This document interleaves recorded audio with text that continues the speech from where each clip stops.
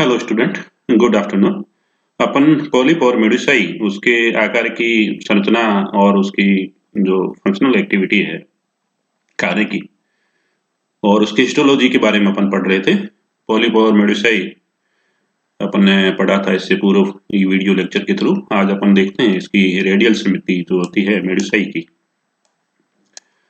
Like polyp, the medusa is radial symmetrical. Polyp की तरह मेडुसाई भी रेडियल सिमेट्रिकल होता है। The presence of the four radial canal, इसके अंदर अपन ने 4 रेडियल कैनाल देखी थी और एक ऐसे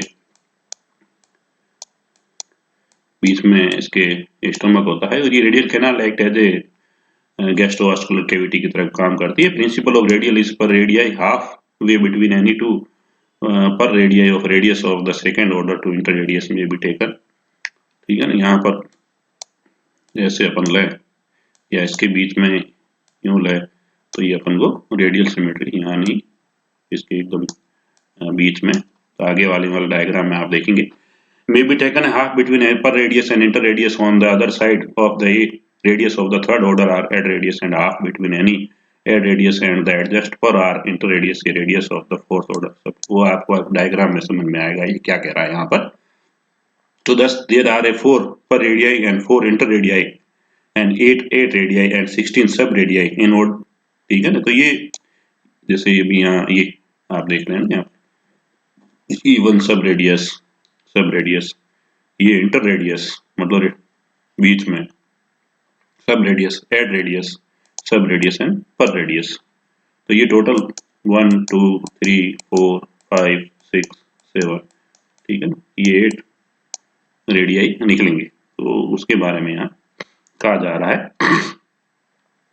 ठीक है ना, sub radii are no importance on this particular form.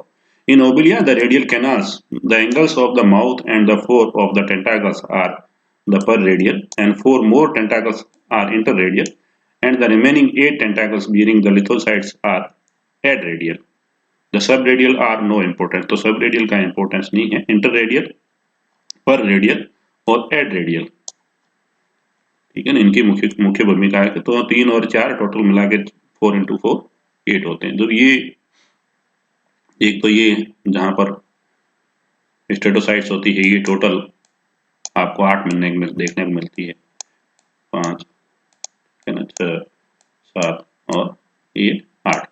तो एक तो यहाँ से हो गया जिसको एड रेडियाई बोलते हैं, ये भी एड रेडियाई, ठीक है ना, जहां पर लिथोसाइट्स पाया जाता है जिस टेंटाकल्स में, वहां से ये रेडियाई गुजरती है तो उसको एड रेडियाई कहा जाता है। ठीक है ना, 2 टेंटाकल्स के बीच में गुजरती है तो उसको सब रेडियाई कहा जाता है। और जो लिथोसाइट्स जहां पर पाया जाता है स्टोटाइट्स उससे नहीं गुजरती है, दूसरे टेंटाकल से गुजरती है तो उसको इंटर रेडियस कहा जाता है। ठीक है ना, और जो जहां पर रेडियल कैनाल गुजरती है वो क्या कहलाता है, पर रेडियस कहलाता है।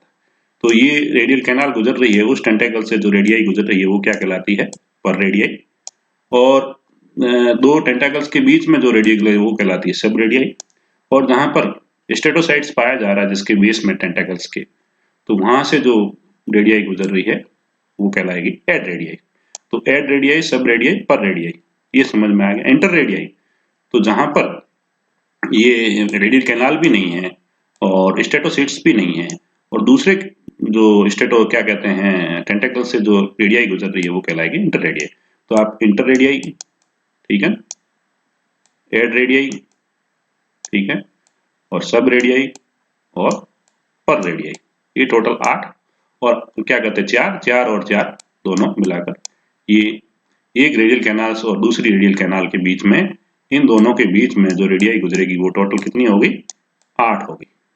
ठीक है ना, 2 sub radii, 2 inter radii, 2 ad radii और 2 पर रेडियाई, टोटल मिला के 8 रेडियाई ये इसके बीच में गुजरेगी। ठीक है ना, तो इसलिए इनका नाम sub radii, per radii, ad radii, inter radii, ठीक है ना, दिया गया है। 4 रेडियल कैनाल्स है, 8 ऐसे टेंटाकल्स है जहां पर स्टेटोसिस उसके बेस में पाया जाता है। ठीक है, उस आधार पर रेडियाई का नाम दिया गया। इस वजह से इसका obelia medusae showing radial symmetry and various order of radii. Development of medusae, medusae कैसे विकसित होता है, तो ये इसका जो डेवलपमेंट है या इसकी उत्पत्ति कहाँ से होती है, जो ब्लास्टोस्टाइल होता है उससे ये मुकुलन के द्वारा इसका निर्माण होता है, अलैंगिक जनन से ये फॉर्म होता है। Medusa itself is a reproductively जो है वो लैंगिक प्रजनन करता है, लेकिन ये खुद जब डेवलप्ड होता है तो ये ब्लास्टोस्टाइल जो गोनोजोइड्स है, जो पॉलिप से गोनोजोइड्स बनता है, उस गोनोजोइड से मेडुसाई का निर्माण होता है। The blastostyle produced medusae by budding in a large number. तो जो ब्लास्टोस्टाइल है, ठीक है ना, जिसके चारों तरफ ब्लास्टोथिका होती है, और ब्लास्टोथिका का जो कोर होता है उससे फिर ये ब्लास्टोस्टाइल से जो समुद्र में ये टेम्परेचर बेस्ड होते हैं, ठीक है ना, जब तापमान जैसे बढ़ता है तो ब्लास्टोस्टाइल से ये मेडुसाई जो मुकुल से बने हैं वो डिटेच होके, और जो ब्लास्टोपोर है, ठीक है ना, जिसको यहाँ पर गोनोपोर कहा जाता है, और जो मेडुसाई बने हैं वो गोनोफोर कहलाते हैं। ये इसको गोनोफोर भी कहा जाता है, गोनोफोर PHORE।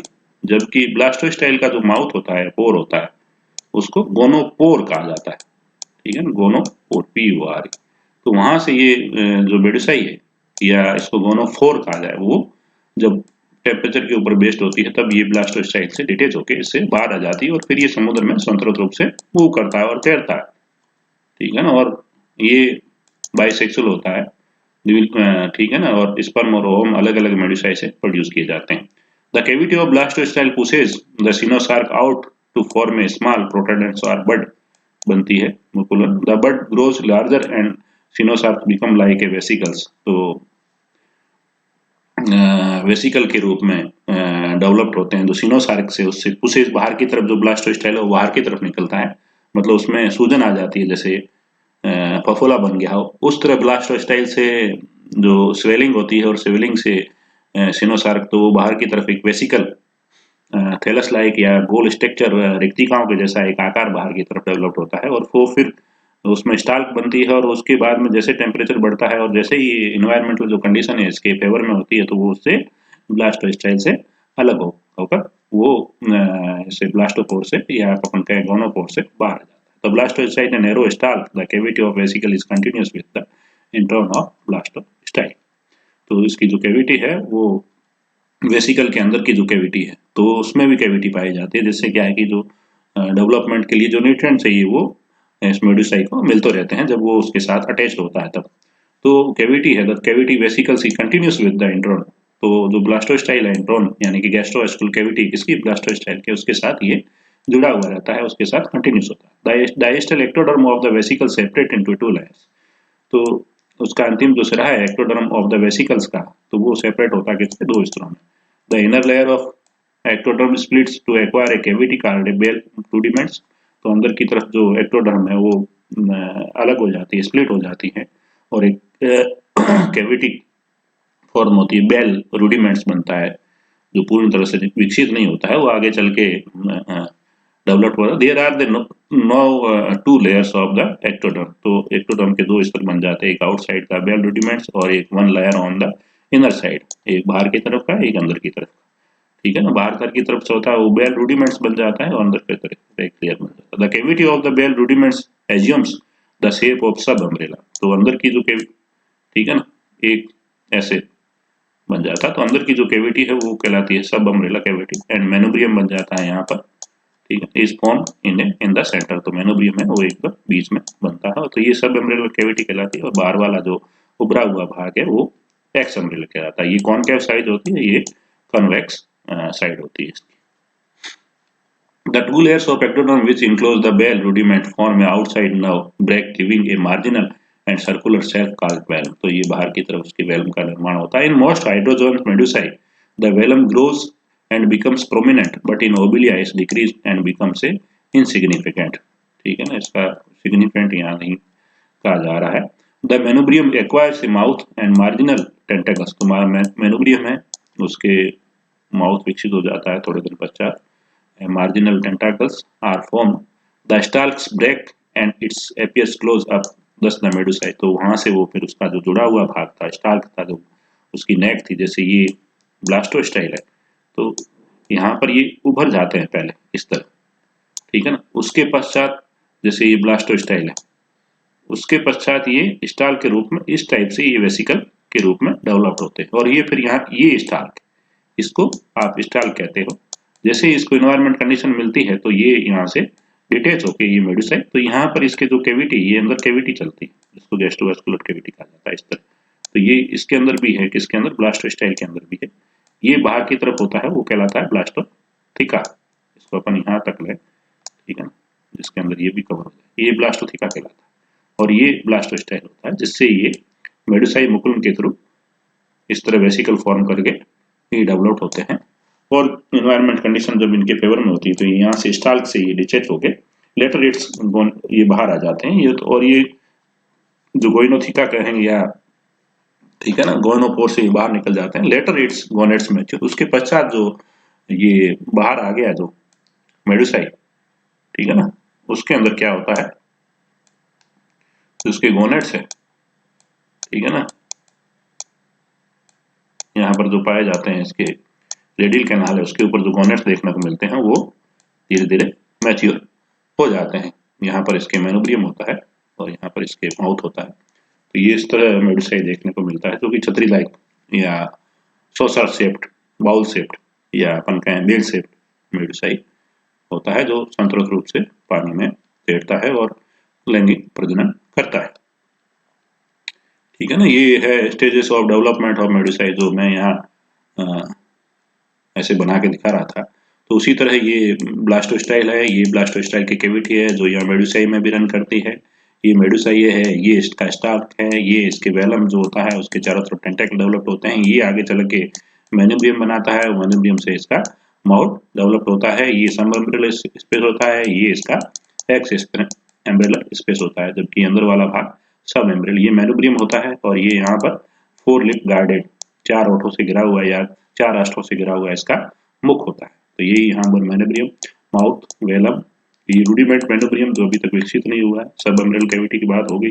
ये वेसिकल्स धीरे धीरे ऐसे ये विकसित होता हुआ है, ये बाहर की तरफ निकल रहा है, तो पूर्णतः ये बाहर आ जाता है तो यहाँ इसकी स्टाल्क बन जाती है। फिर ये धीरे धीरे जैसे ही इसको वातावरणीय कंडीशन अनुकूल होती है तब ये यहाँ से अलग होके ये फिर बाहर की तरफ आ जाता है। ठीक है ना, ये इसकी बाहर जो पहले अपन ने बात किया, जो एक्टोडर्म है वो स्प्लिट होके 2 लेयर बनाती है। तो ये इनर एक्टोडर्म और ये आउटर एक्टोडर्म, ठीक है ना, और यहाँ पर ये बेल रूडिमेंट बन जाता है। और ये इंडर एंडोडर्म जो बाद में आके ये क्या बनता है, ये मेनोब्रियम के रूप में डेवलप होता है। तो this is the development of medusae from blastostyle. Blastostyle से मेडुसाई के निर्माण होने की जो स्टेजेस है उसको यहाँ स्लाइड के थ्रू दर्शाया गया है। Thank you. तो ये ब्लास्टो क्या कहते हैं, मेडुसाई कैसे विकसित होता है और मेडुसाई की रेडियल सिमेट्री, उसके बारे में आज आपने पढ़ा। Thank you. Next upon topic मिलेंगे इसका nutrition, muscular system and other जितने भी सिस्टम है ओबिलिया के अंदर जो देखने को मिलते हैं उसको अपन समझने की कोशिश करेंगे। Thank you.